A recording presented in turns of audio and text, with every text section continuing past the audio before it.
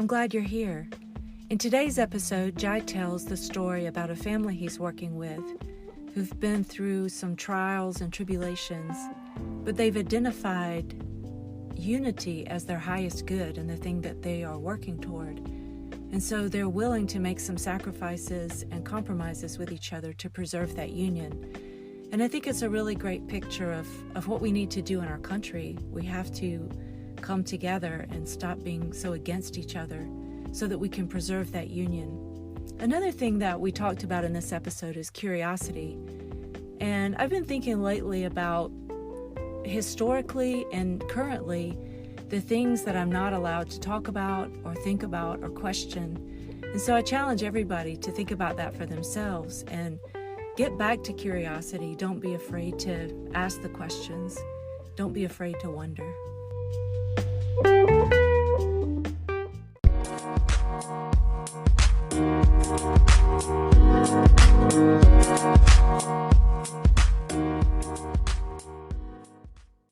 Hello and welcome to the Deepening place. I'm here today with Jai. How are you, Jai? I'm doing pretty okay today. How about you? Pretty okay. Yeah. Are you? One thing I'm noticing, like in my sessions, is people are just done. Like, put a fork in it. Let's be done with this. Are you kind of feeling that? I am definitely feeling that. Today I took a Yeah. nap for the first time in ages, and that means I am Yeah. really tired. Yeah. So what's been going on with you? What are you seeing out in your world? I'm seeing families spending a lot more time together out of necessity, and Mm-hmm. in that there's been a lot of exploration around what's the relationship between me and my child. And I'm seeing this mostly through tutoring clients, but also through just friends with kids, the kids I live near and the families I live near. And I'm seeing families want to, I guess, cross a bridge that may not have been crossed is a way to say it, or just deepen their connection with their child. I'm Mm-hmm. seeing that a lot. And there's a story that's sort of been at the top of my head and kind of the talk, like I guess shop talk. I have a new student, and this student, he's got a successful family. His dad's a professor and owns a what they call a world school. And this kid is one of the most disconnected I've ever had. And I find it's kind of ironic. He's This kid is 15, and a few months ago he stole his parents' car, flipped it, hurt some people inside of it, tore up a neighborhood, skipped school Wow. for like a whole semester. Just a lot of things that, man, he was really, really disconnected. His family reached out because of someone else, and I've been working with him for about 3 weeks now. The dynamics of them are changing as it just in the 3 weeks I've known them and been working with him, and it's reflected a lot of what people I don't work with, just friends, um, have been doing with their families. They're really taking the time to have me listen to him and guide him in his own way instead of having sort of like a harsher. They could have had a much harsher reaction they've had by far, but they haven't. They've kind of stepped back and found someone like myself, found a service like this that allows them to connect. And so I've been just seeing that more.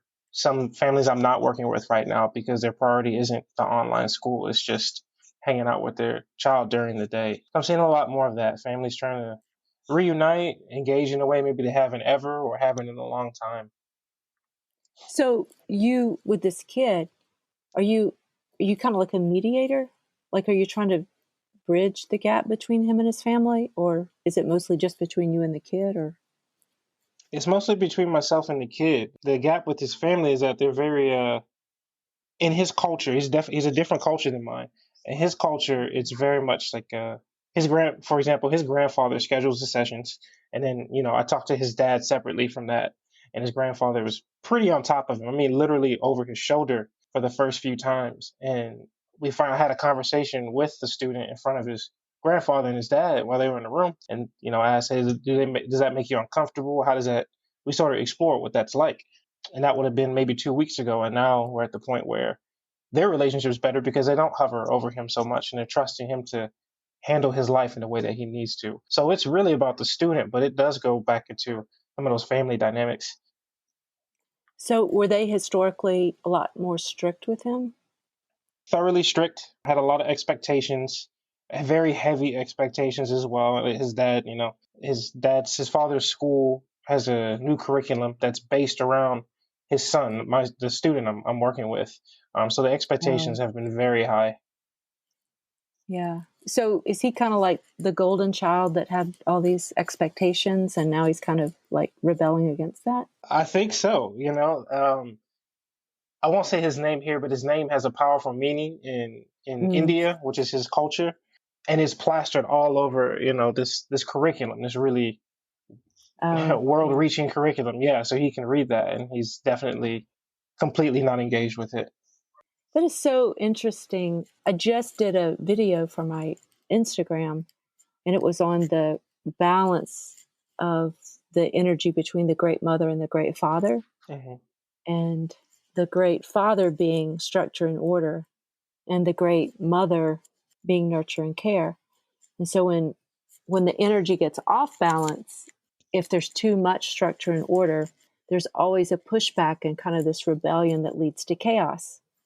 So it kind of makes sense that he's pulling away, and when you pull away from structure and order like that, you sometimes have the undesirable effect of falling off into chaos.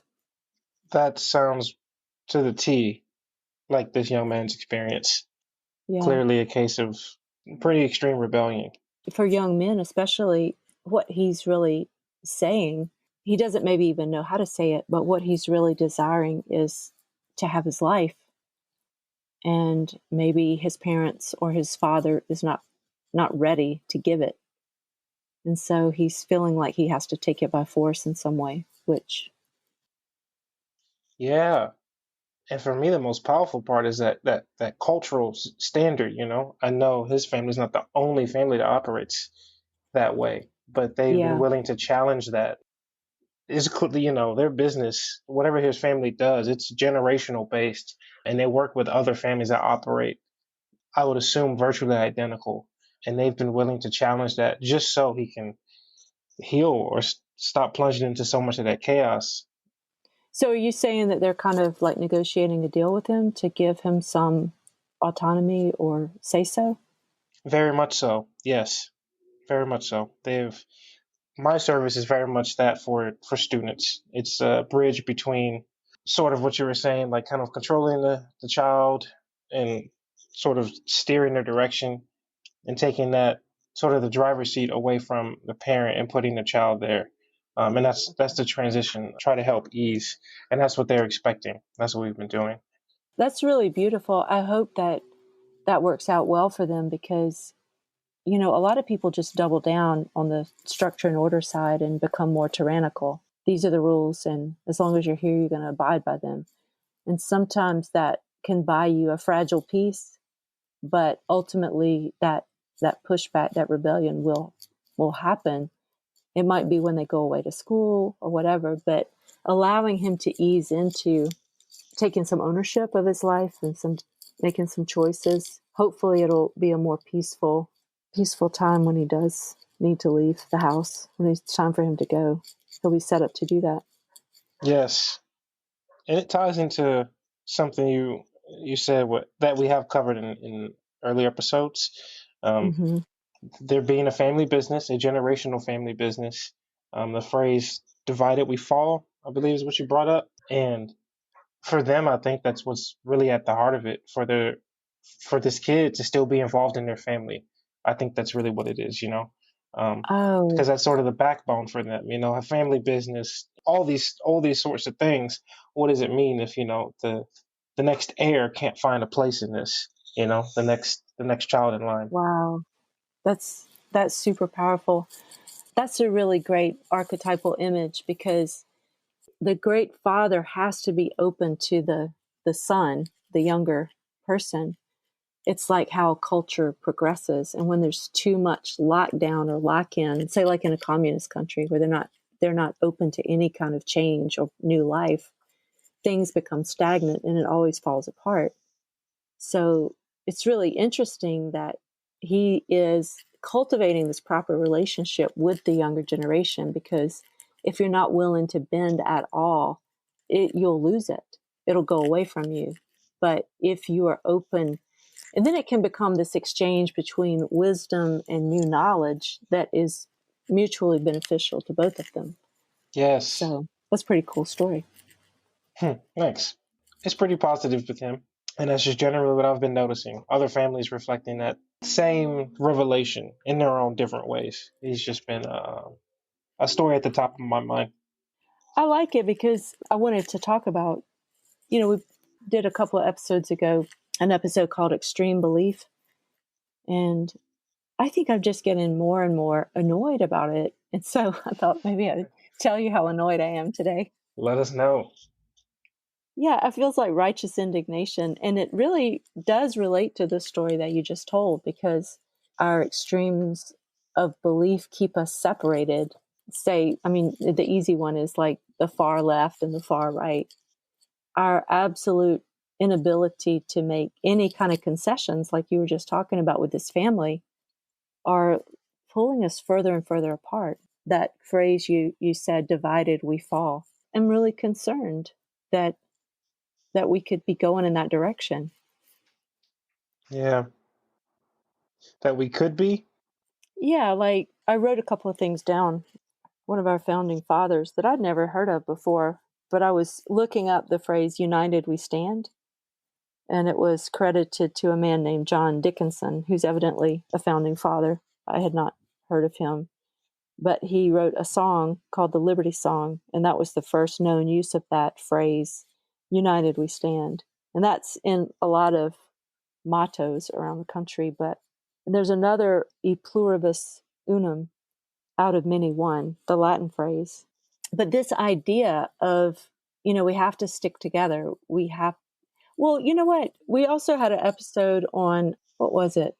Our greatest sin is our refusal to see, and the greatest consequence is a lack of unity. This idea is like scattered throughout our history. It is. And to your point, you think we're headed towards that direction. In my experience, I'm definitely seeing that. But I do have a hopeful side as well. I'm not sure about you. Now that Texas is turning back on, however it's stated, what they said, reopening Texas.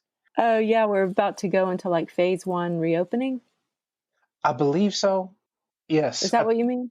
yes, phase one reopening. But I've seen on certain Facebook groups that I just watched conversations. I've seen unity in there around this reopening that normally a lot of COVID posts in some of these groups are just complete. It's just crossfire, right? And now I Oh, see a yeah. lot of unity in terms of whether it's one side like, hey, I believe a lot of us should, oh, let's go with the reopening. I hope it works. Or some groups there's a whole lot of unity around. No, I don't think it's time. And as a community, I think I'd rather keep everyone safe. I was not expecting something like a reopening to sort Mm-hmm. of calm down some of these Facebook groups, but it has been the general sort of consensus posting has been we should all maybe think about doing the same thing just as a people. And it's been pretty cool to watch. That's cool. Like working together. Yeah, people sort of Yeah. thinking as a community, not a disrespect to the government, but sort of this is our reality, and someone that distant may not have the best judgment. So let's just make the decision on our own, whatever that is. Mm-hmm. That is what I'm seeing. Yeah, I like it. That's kind of like in his press briefing just recently, I saw Donald Trump was asked about, I don't know if you saw this, but like Michigan, I think Minnesota, Ohio, and even Austin, Texas had demonstrations and protests this week about, getting everybody back to work and different things like that. And Trump was kind of criticized for supporting that. He had sent out some tweets supporting those people that were protesting. And he said, no, the people have the right to protest if they feel like something's unfair. And so he said, I feel like some of the governors maybe have overstepped their bounds, and it's absolutely appropriate for people to speak out against that if they feel like their rights are being infringed on. I liked that idea that it is up to the people to stand together and say, we don't like this, and that's enough. And it is we the people, the government for the people, by the people. And I Yes. think we forget about that sometimes. So if the government's overstepping, it is absolutely our duty And so I like what you're saying about the attitude of, okay, let's work together and see if we can get this done. I did see. Yeah, I caught a few of those rallies, and I did catch some of what Donald Trump said about the governors. I wasn't gonna go rally, but I'm glad people are rallying in that sense. Mm-hmm. If they feel that way, what I'm not glad about is there's definitely a division. There are definitely pockets of people on my Facebook feed that are like, arrest them all. Matter of fact, get the military out there. Don't ever let it happen. Mm-hmm. It's like, have you not seen the Hunger Games? I don't want to live in that. That's crazy. Right. What do you? It's their choice. If they want to be in a big huddle, let people be in a big huddle. Yeah, not excited about seeing people rebel against that. A lot of tattletales, and the tattletales always reach out to the government, always make it go away, make it stop, make them behave. Yeah, it's a total lack of accountability in that. If you want to counter protest, all right, go do that. You also show up. Not a fan of that. Just this morning we went to HEB, and I saw someone getting a fine for not having their mask on, like the coronavirus Oh, mask or whatever. really? Yeah. Yes, I didn't think that was a thing, and I mean there were multiple police cars for just a guy, just a person without a mask on, and as soon as he walked out of the store, he got a fine, I assume, or a lot of police around him. Um, Yeah, that's interesting. I heard someone else say that they were at the grocery store and someone showed up without a mask and they just turned him away and said, you can't come in here without a mask. I think that's kind of reasonable if that's the rule. But to call the police and haul him yes, away, that I'm like, seems kind of crazy. just tell the guy don't come in, or Yeah, you're not welcome here. escort him out. You called the. That's exactly what I said. I'm like, who called the police for this? What? The police? Yeah, Wasn't a fan of seeing that. I can definitely get the disagreement from the store's perspective, but goodness gracious, the cops. yeah. Yeah, so the thing about the divided we fall, the truth is we need each other. It's almost like that tension and that flow between the great mother and the great father. You can't have just one. And if you get too far over into the great mother side, you fall over into chaos. And then if you overcorrect too much and go the other way, it becomes tyranny. So too much structure and order. We really need each other. I don't remember this in my whole life, this having to be so against. We are so against each other. It's not, hey, I'm for this and these are the reasons why. We are against the other side. And I think that's a really, really dangerous way to go about it, because eventually we do break off into the extremes of belief. I sorry, I got lost on that one phrase you said there. It really took my brain away. Not that I love that. No, I've really never phrased it that way in terms of it's not that people are standing on their beliefs, they're against someone else's. I don't know why that Yeah, resonates so much. That is so true. Wow, that's a really harmful way to phrase your opinion, to phrase your experience. that I think that's the righteous indignation rising up in me, is Okay. that we're so badly behaved. You can't be against. You have to be for. It starts with you. You get reconciled. You find out what your values are, what's true for you, and then that spreads out to the next person and then the next, and then that's how the world is healed. But we have all these people now that, in the extreme belief we talked about, you're either in complete fear, and so you're running around trying to figure out all the answers, or you've already decided and you've made a judgment about it. In either way, you're not useful because you're not open to allowing any new information in. Just like we talked about with the son and father earlier. When you don't allow any new information in, then you don't allow any new life in. And then you just stagnate in your belief. Yeah. Hmm. The country's in a crisis moment. We won't be the same after this. And I think we really have the option of, are we going to grow toward life and a golden vision, or are we going to keep fighting amongst ourselves? I don't think we really have the luxury to say, I don't believe that anymore. I'm really tired of hearing people say, oh, I don't believe that, and just dismissing it. Belief is the lazy man's version of the truth. I like that. Hmm.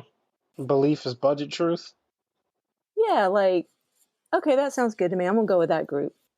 And they hand you their talking point. If I say something like, well, I think, and then they get inflamed and they start reciting the talking points. I had that thought early. I had a thought about this earlier today, maybe yesterday, in a different context, but about belief versus truth. Yes, that's been very apparent. It's been very apparent. Some people operate more in beliefs than trying to pursue the truth. Mm-hmm. I've just been noticing that. Yeah, belief versus truth. I think it shows up in a lot of different spaces. And how are you saying you've seen it kind of popping up? Especially in the political realm. I go to this community coffee, but it's just a group of people that we meet and we talk about what's going on in Austin and what's important to us, and even on a national level. But one day I walked in and there was a lady there that I had never met before. As soon as I sat down, she said, "Oh, are you an activist?" Like, she was really excited, you know. Yeah. I don't even know this person, right? She doesn't know me. She doesn't know who I am. But just kind of being like proud to be an activist, and she had the talking points, and people like that. There's nothing deeper than the talking points, because if you try to say something that just leads to learning or knowledge or whatever, and I don't respond well to the talking points, it just ended in anger, and it did that day because I didn't agree with all the talking points. Yes.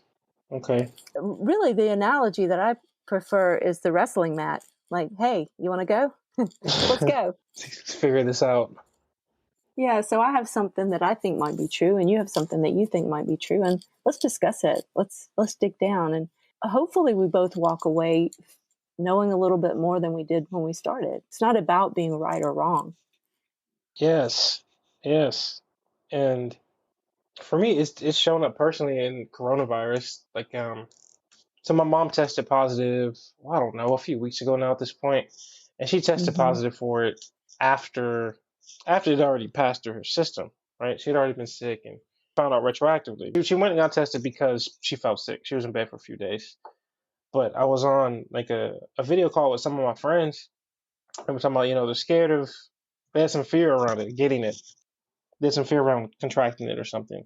Kind of like believing, it's really horrendous or whatever the case. I was like, no, I'm personally not super afraid. My mom has had it already and she made it. She is in like the critical, everything about it. She just had surgery. She's 65. I was like, no, it's not that I disagree with what you're saying. Just my experience so far has been that it's not doom and gloom when it does show up in so many words. But it was sort of a belief sort of meets the truth, like my truth.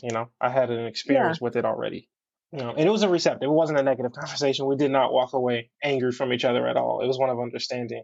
But it does resonate with what you're talking about with someone kind of showing up and saying, I'm an activist, or however that woman approached you. What you were sharing is not a label. You weren't sharing some, obscure label with them. You were saying, "Hey, I have a perspective on that's from my real life. Would you like to hear it?"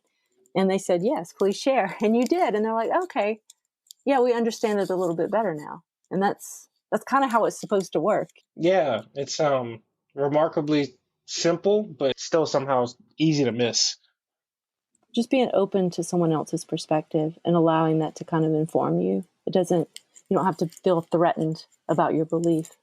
I think your So, experience as well. Yeah, like just hear someone else's experience, and for me, sometimes it's been, well, that's not mine, but I understand how a yeah. truth in my life might actually is impacted by your truth as well.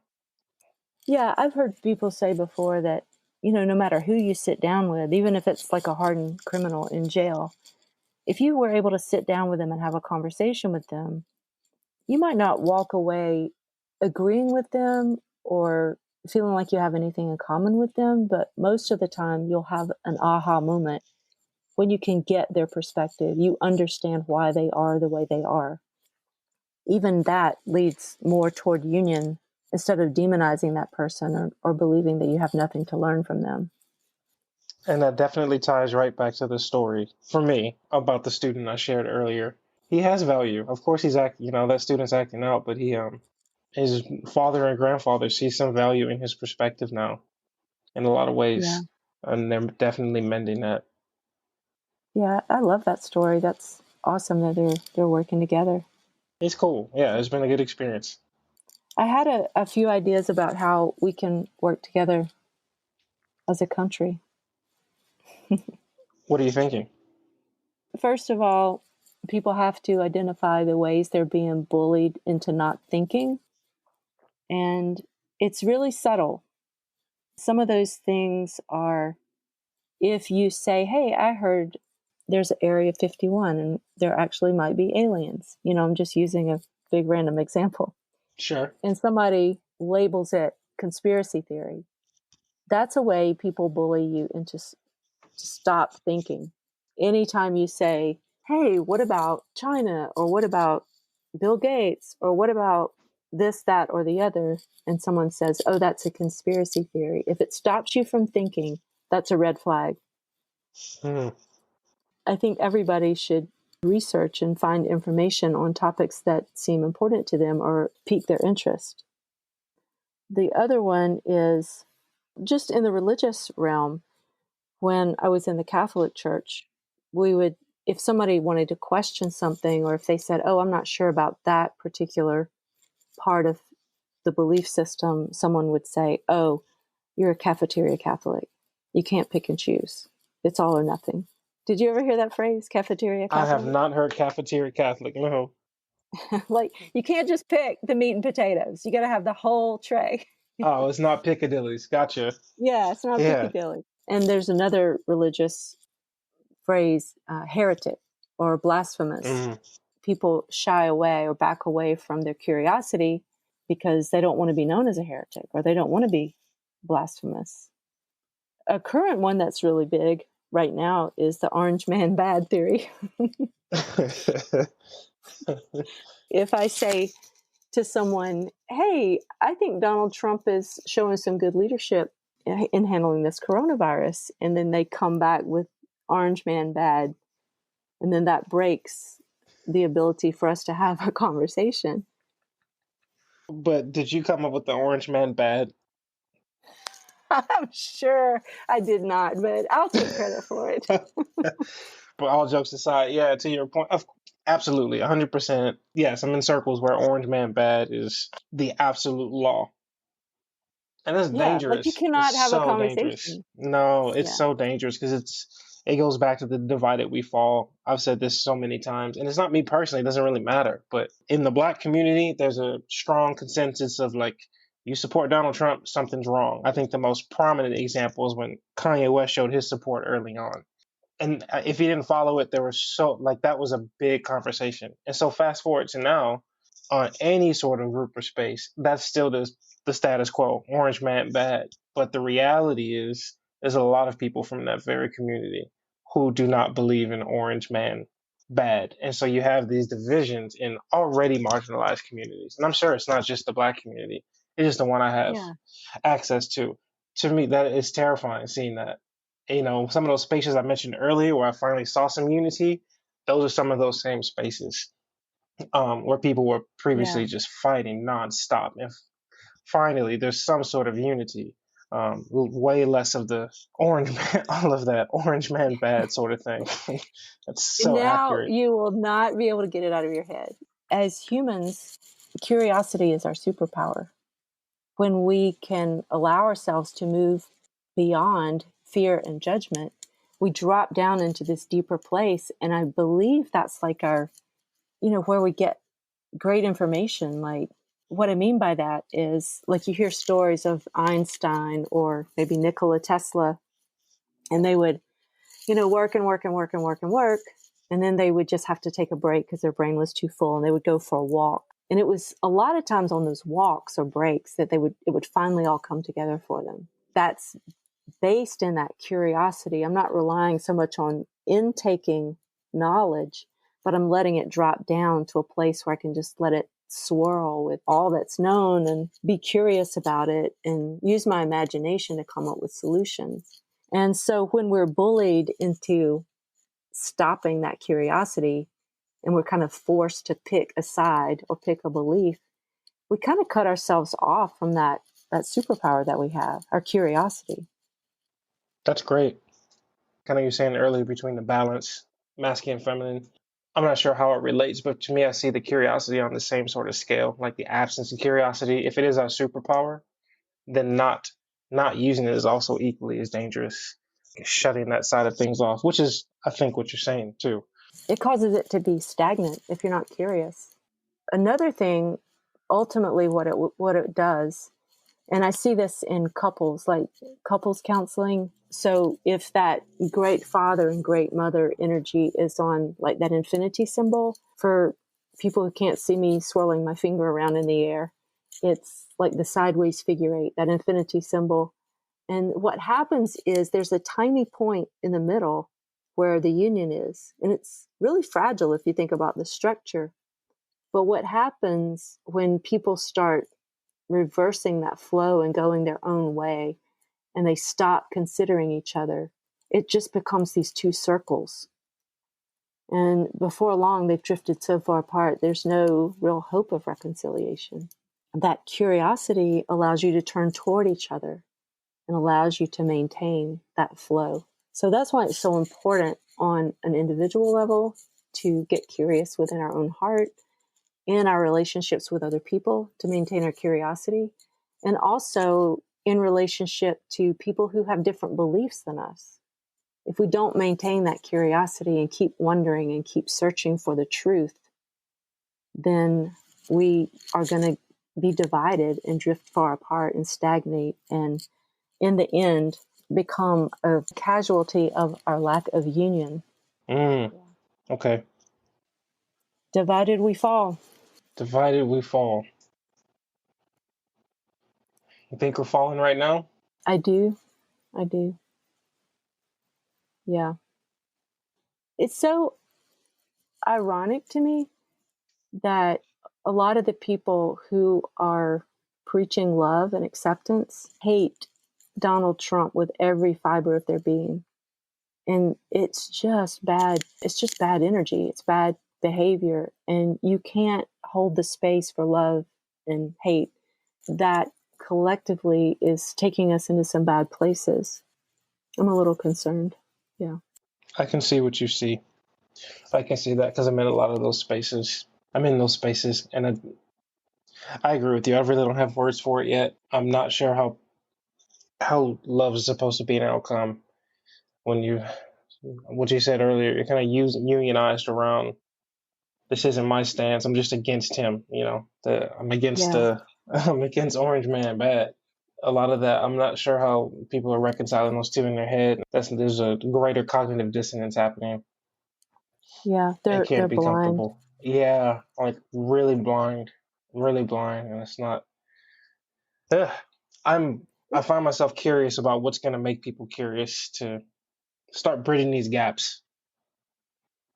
Well, the answer to that is my friend Richard Rohr, I've quoted before. I think I've actually used this quote before. Transformation comes through great love or great suffering. We get to choose. Well, there you have it. So we're either going to keep going toward division, break apart, civil war, socialism, whatever. We'll go through some great suffering, get back on track again, maybe in a few hundred years. We could also make the choice to turn toward each other and meet in the middle and have a love revolution. I'm hoping for that one.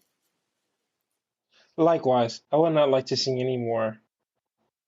It's just enough. The world needs to come out of that space, and more than the world, the U.S. definitely needs to come out of this. We're always sort of combative culture. I'm glad we have sovereignty and freedom here, but right now we're sort of manipulating it. Maybe you said it. To me, it's sort of putting that reality in front of people.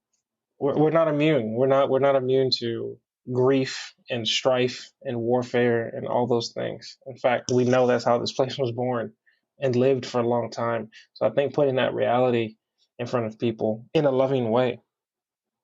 Yep. Hopefully, we'll make that transition before it's too late. Before it's too late. Yep. I think we've got a while though. Fortunately, everyone's locked up at home for the most part, so it's going to be pretty hard to get out and fight your neighbor at this point. Yeah.